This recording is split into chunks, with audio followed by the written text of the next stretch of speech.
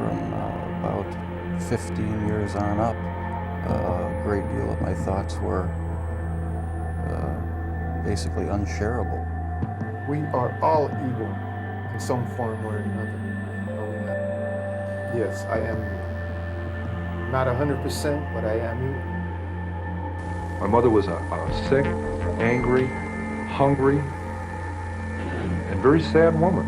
I hated her, but I wanted to love my mother. This is Serial Killing, a podcast. Hello again, and welcome to Serial Killing, a podcast, where we also veer off the serial killer path to delve into other topics within our beloved true crime community.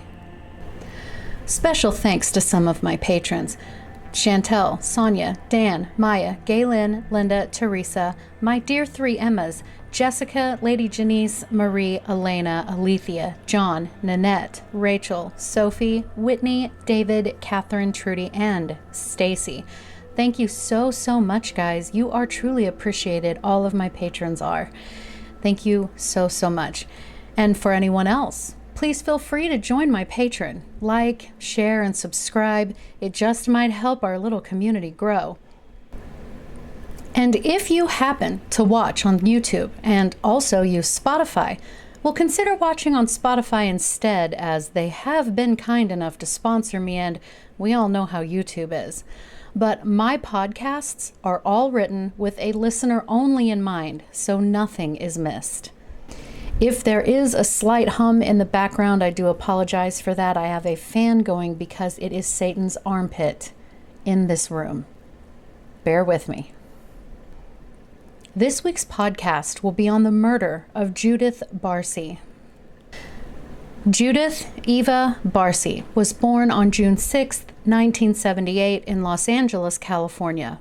So as we do, let's get into some history for that time. So the biggest news of 1978, at least for our community, is the Jonestown Massacre. After seeing that what he thought was going to be a utopia for his followers in Guyana begin to crumble, and he was quickly losing control, he commanded 900 people of his church, the People's Temple, to commit suicide by drinking poisoned, laced Kool-Aid. Some who refused were forced to drink, and still others were shot. Of the 900 people found dead, 300 of them were children. And there's a lot more to it, but you get the gist. The Camp David Peace Accords was signed by Egypt and Israel in an effort to secure peace between the two nations that were at war, which ended a 31-year state of war for those regions. In the United Kingdom, we see the first test tube baby was born. The world's first human conceived through in vitro fertilization. A healthy baby girl was born that July. We see the Caribbean island of Dominica gained its independence from Great Britain this year, and in Spain, a new constitution was established, restoring its democracy and ending 40 years of a dictatorship under Francisco Franco.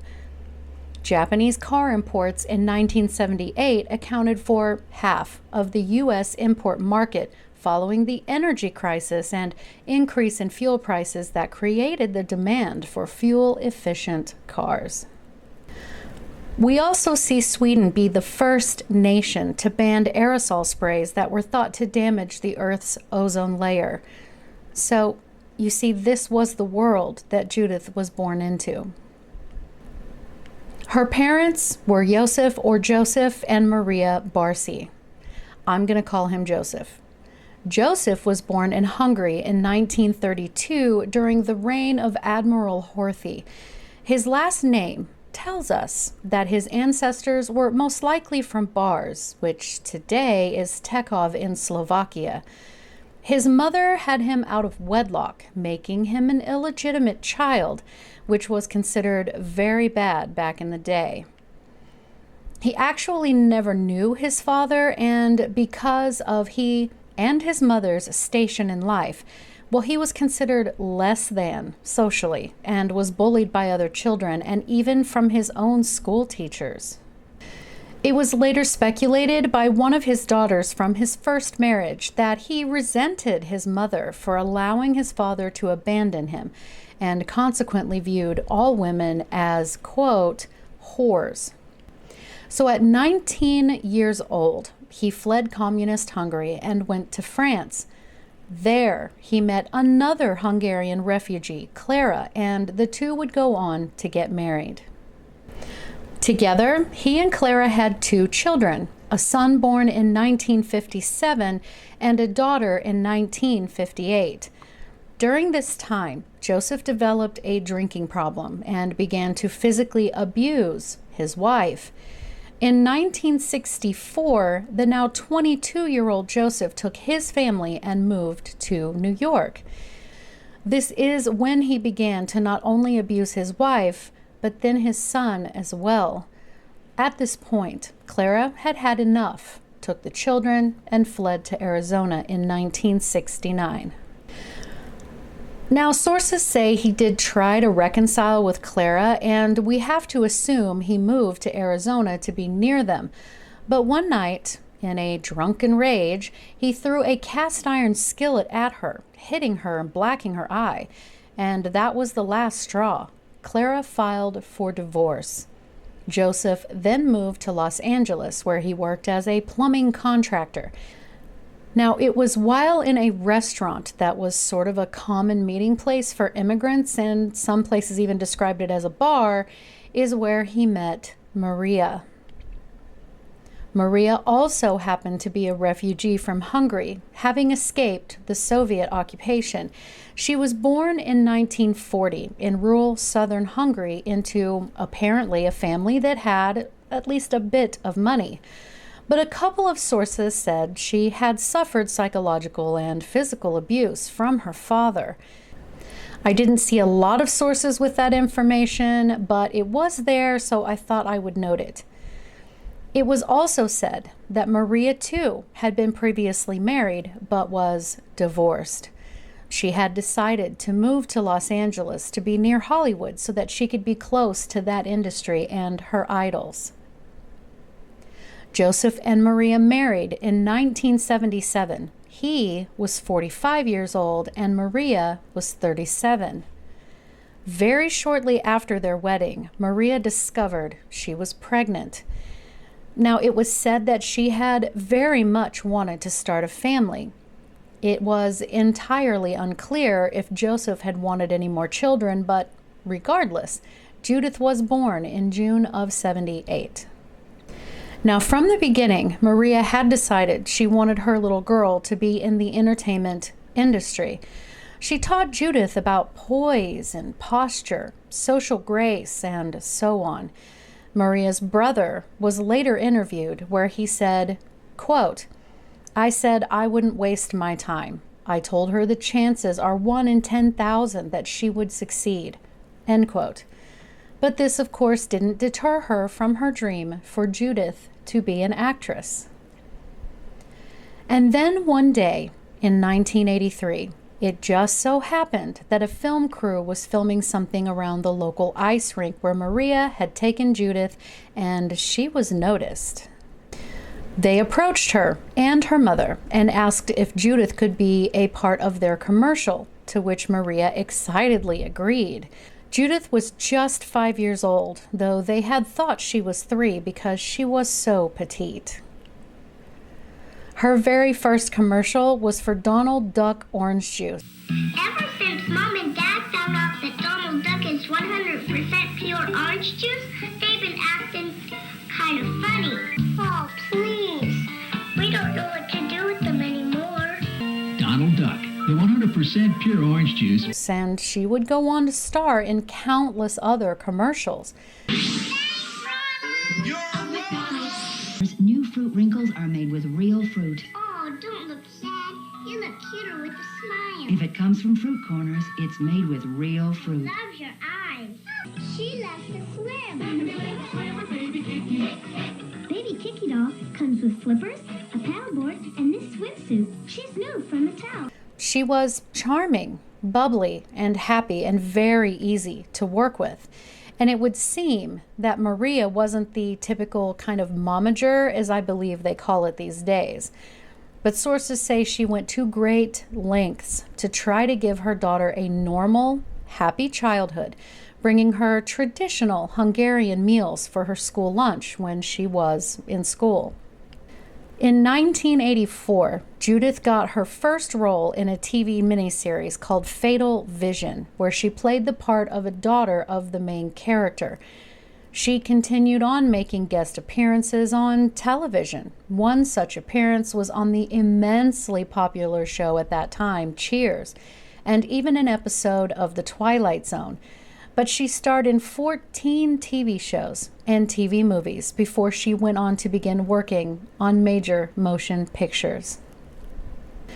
Sources say that starting in 1985, when Judith was 7 years old, Joseph, who we already know was a bit of a mean drunk, began drinking quite heavily. And some say he was a full-blown alcoholic at this point.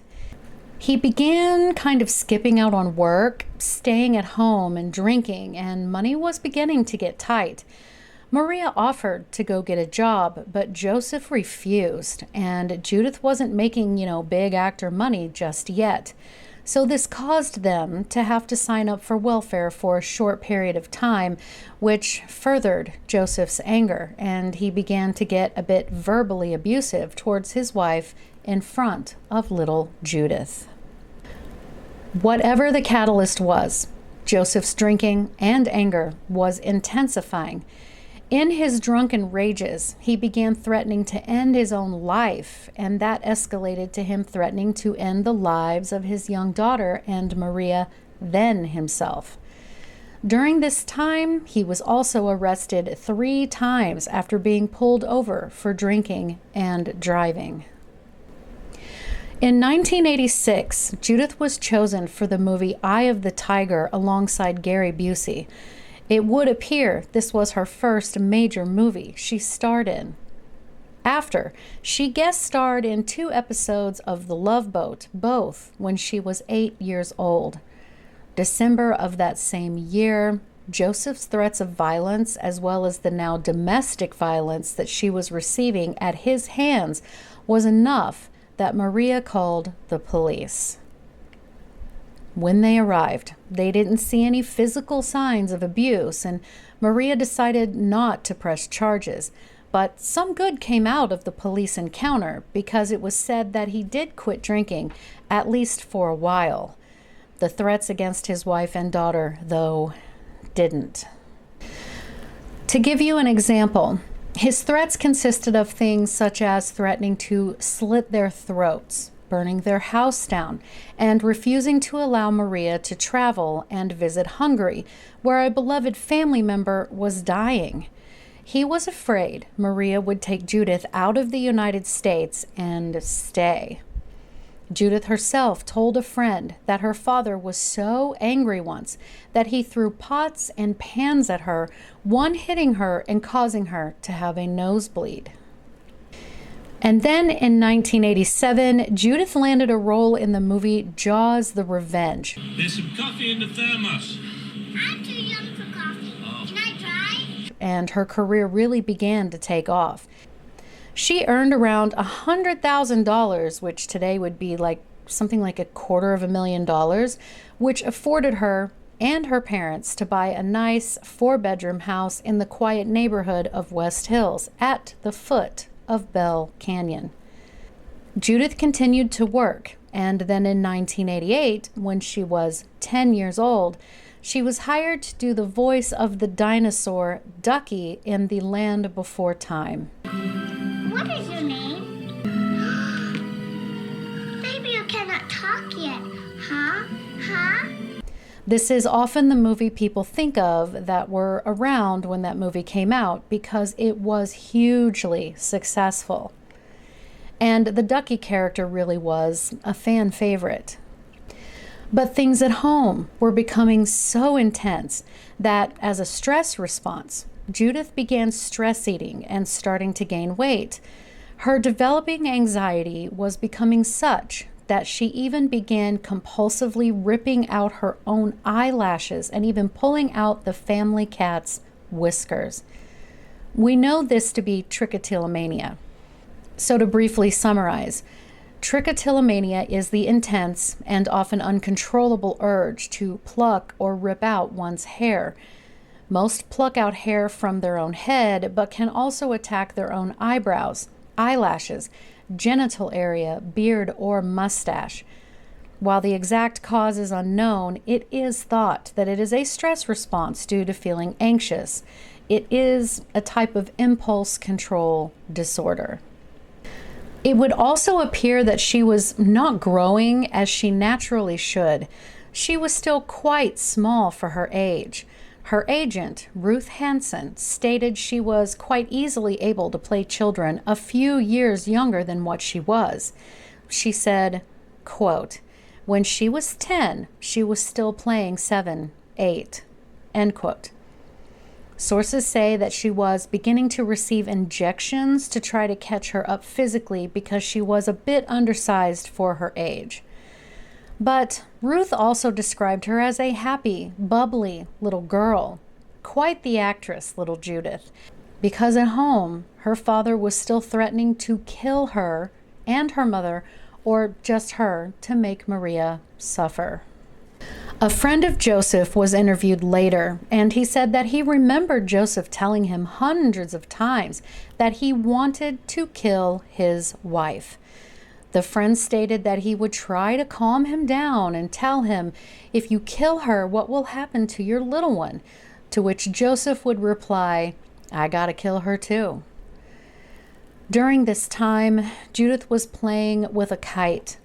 Her father ripped it from her hand, and when she quietly protested, he called her a spoiled brat who didn't know how to share.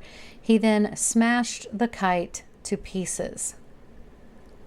When Judith was starring in Jaws, she and her mother were preparing to catch a flight to the film location, and Joseph threatened young Judith with a knife to her throat and said, quote, "If you decide not to come back, I'll cut your throat." End quote. She was 10 years old, friends. 10. Maria's own brother later stated that he overheard Joseph, before Judith and Maria were to fly to New York, say to his own daughter, quote, "Remember what I told you before you left." He said Judith just burst into tears. The young girl began telling friends that she was scared to go home. She told them, quote, "My daddy is drunk every day, and I know he wants to kill my mother." End quote. Can you imagine being a 10-year-old child being that intensely aware of that? So just before an audition with her agent there, unprovoked, little Judith became inconsolable, and what her agent described was hysterical. She said, quote, "That's when I realized how bad Judith was. She was crying hysterically. She couldn't talk." End quote. The agent, seeming to be one of the good ones with good intentions, and that's a whole other podcast if you want, let me know. She spoke with Maria and insisted she take Judith to a child psychiatrist. Maria took her, and since people in this field are mandated reporters, and side note, I am actually a mandated reporter myself, the case was reported to the Los Angeles County Department of Children and Family Services. The child psychiatrist reported that Judith was being subjected to severe physical and emotional abuse.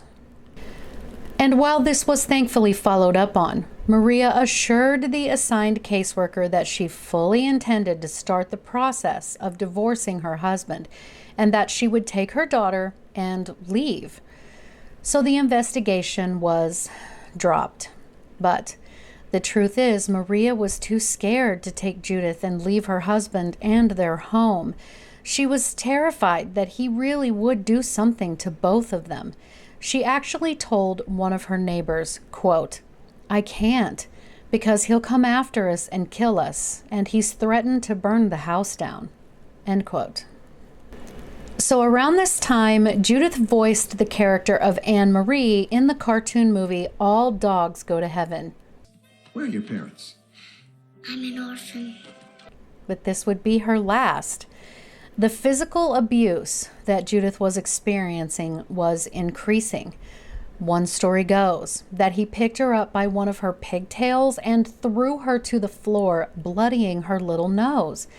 His apology was in the form of buying her a pink TV for her room. It was said that Joseph began having little side affairs on Maria, seeing other women.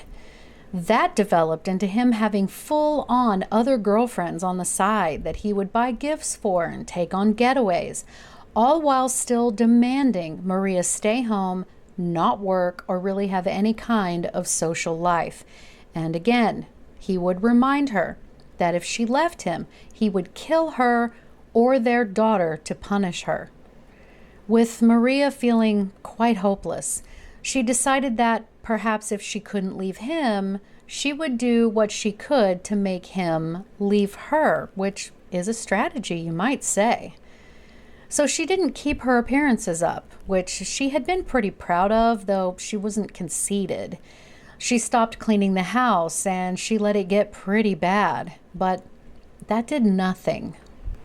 And since Maria was basically a prisoner, she would confide in the neighbors who offered her to bring Judith and stay with them until things settled down, but Maria never took them up on it.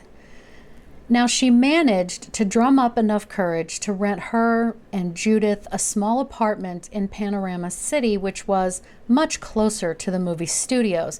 But really, she was using the apartment as an escape from her husband. She would take Judith there, unbeknownst to Joseph, just so that she, and most importantly Judith, could have some peace. Maria would tell him that they were busy all day with auditions and whatnot as a cover, but would hang out in the apartment by day, then unfortunately would have to return in the evenings. Maria then began to take things she thought Joseph would not notice were missing and transfer them to the apartment, little by little, and this went on for a couple of weeks. Then in early July 1988, Maria had put a few things in her car to secretly take over to the apartment and told Joseph they had some sort of plans. This time, Joseph, who had become suspicious, decided to follow his wife to see where she was really going. When he saw her taking the boxes out of her car at the apartment, he exploded with rage and confronted her. She explained that she was helping a friend move. Nothing to worry about, right? Except now he knew where the apartment was. Therefore, if she left him, he'd know exactly where to go. She confided in friends and family about how disheartened she was. Plus, Judith had worked hard to earn the money to afford them that nice house, and quite frankly, and disappointingly, Maria didn't want to give that up. She knew if she left Joseph, he would keep the house and everything. On July 25th, 1998, the neighbors reported seeing 10-year-old Judith riding around on her bike as she often did, enjoying the warm, sunny weather. That evening, like any other evening, was stressful, but the family had dinner and Maria put Judith to bed. Then she herself went to bed, while Joseph was still up, drinking and watching television. Once he knew both girls were asleep, he went and got his gun, walked into Judith's room, and shot her in the head, killing her instantly. What is believed happened next is that Maria had awakened to the sound of the gunshot and got up to see what was going on. Joseph then shot her in the head while she was in the hallway, trying desperately to get past him to get to her daughter's room. She too died instantly. And then for the next 2 days, yes, 2 days, Joseph lived in that house as if nothing had happened. The day after he murdered his wife and child, The agent called looking for Judith because she hadn't shown up to a recording session to finish out her lines for All Dogs Go to Heaven.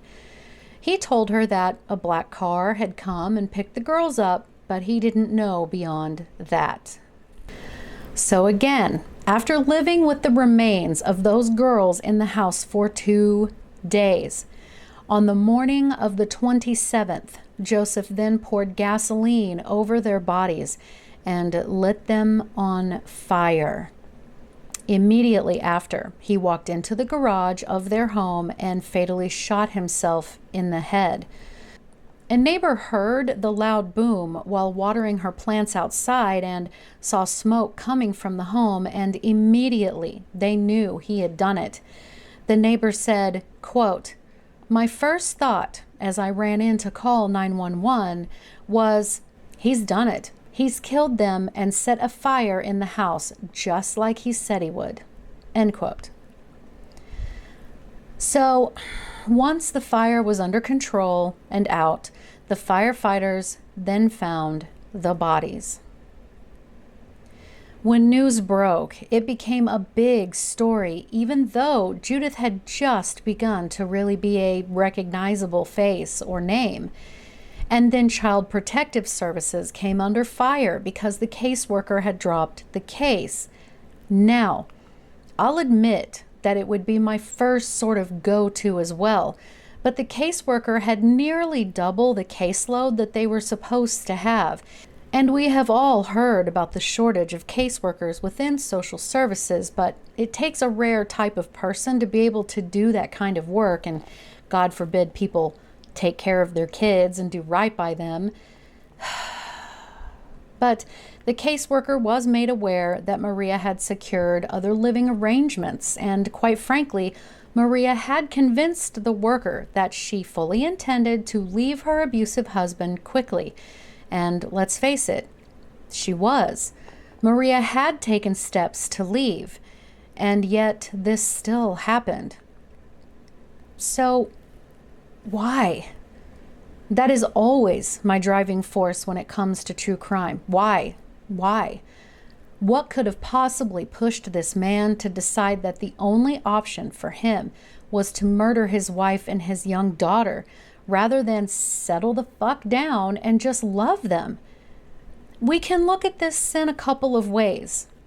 He had grown up very poor in a sort of industrial part of Hungary with no father, and back then there was a huge stigma about that. He was bullied horrendously and eventually had to leave and become a refugee in France to escape the Soviet communist regime.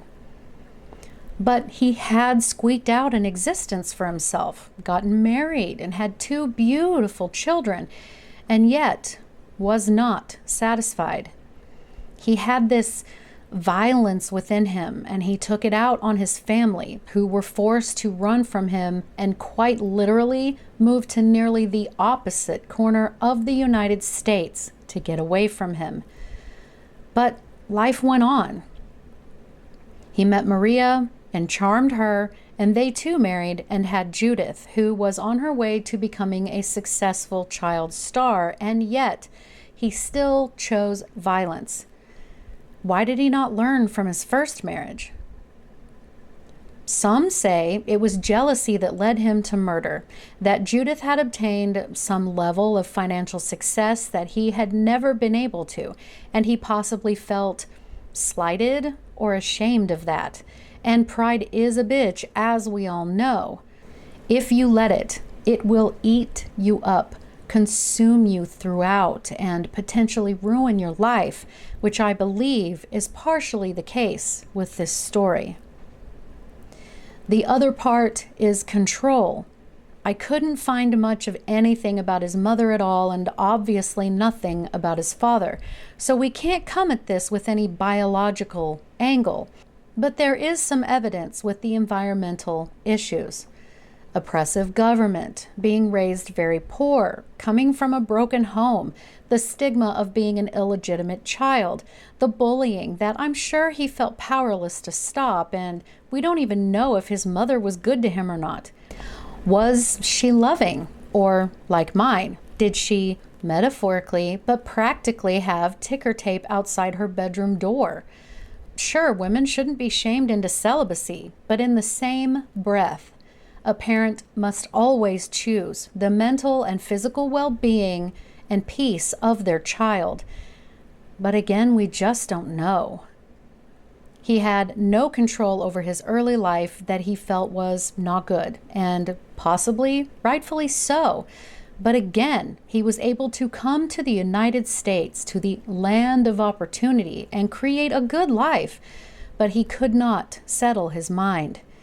It would seem he wanted to completely dominate the members of his family to the point that he felt violence was the only way to make them be compliant. And of course, we know this is never really successful. He felt he should be able to do whatever and whomever he wanted while his wife and child suffered any and all consequences. To my dying day, I will never understand, and I have studied human behavior my entire life. When it comes to the abuse, neglect, or murder of children, I will never understand it. So you tell me, guys, what you think. I love to read all of your comments, so please feel free to leave me a comment or DM me on Instagram at serial_killing. You can email me, I have a P.O. box, all of my contact information is in the notes. But most importantly, thank you so much, guys, for listening, because I know you could be listening to anyone else, but you chose me, and I really appreciate that. Thanks for understanding that I took last week off. I really don't make a habit of that, as you guys know. But anyway, have a good day. Anybody who killed more than 2 or 3 people was a mass murderer. And whether it was all at one place or over an extended period of time. And then in the early 80s, they came up with this differentiation called serial killing.